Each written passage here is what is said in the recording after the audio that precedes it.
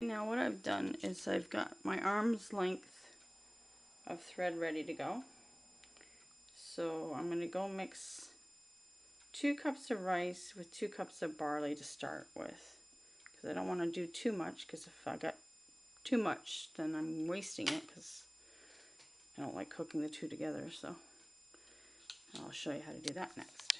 Okay, so what I've done is I've taken the 3 pockets and I've put 2 cups of a mixture of rice and barley. The one that I had in the stock, I had 3 cups of rice and 2 cups of barley in it.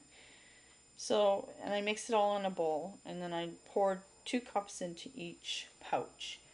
And what I'm doing on the end here is I'm putting the two together, and then I'm just folding it over about 1/4 of an inch and sewing it along there. That kind of shows me which end where I put the stuff in. So if I want to add some more or take some out or change it, I can just use a seam ripper to take it out. And then what I'll do is after I've got this done, I'm going to flatten out all the rice in it so it's nice and flat. And then I might sew along here and here to make like a little patchwork in there, but I'll just baste it like I did this. The basting is still done. I haven't sewn it solid yet because I'm still trying to figure out if this is going to work or not. Okay, it's all done.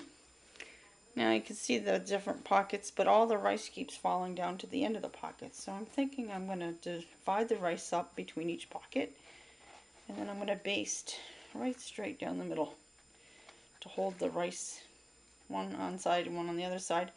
And the nice thing is I can fold this over, use it for my neck, or keep it lay out flat for my back. As you can see, I've sewn right down the middle here, and I've got an end here, and I got another end here, and what's that for is I can just pull on it, and if I decide I like it and this works, then I can just knot it, and it's there. It's just basted. And I did a big enough gap in between the stitches so that some of the seeds can go like in between it, and then that way if it's uneven, like I just realized I have more rice in the middle than I do on these sides, so I think it's kind of creeping in through these seams here somehow too. So it'll just move it around. You're just going to play it around. It's not going to be perfect, but you know, for $5 can't go wrong. And now I'll show you how it works. The problem I don't like with the rice is it does make this thing heavy.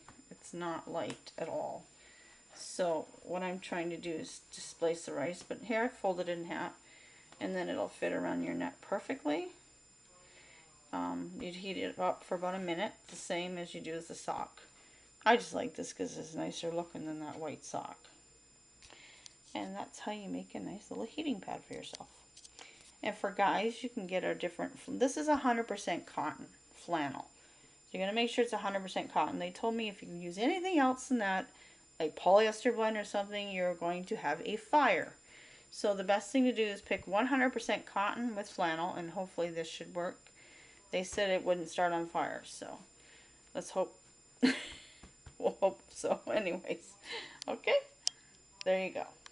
Sorry, I forgot to say, for the guys, you can look for a print for men. They have all sorts of different types of material for guys or girls, and you look in the pajama section.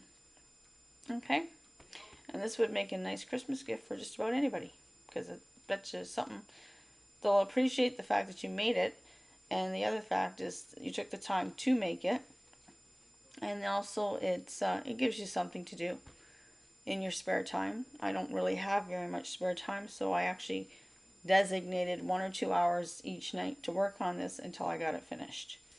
And I still have another one to make here, and I'll probably do it after I start another project.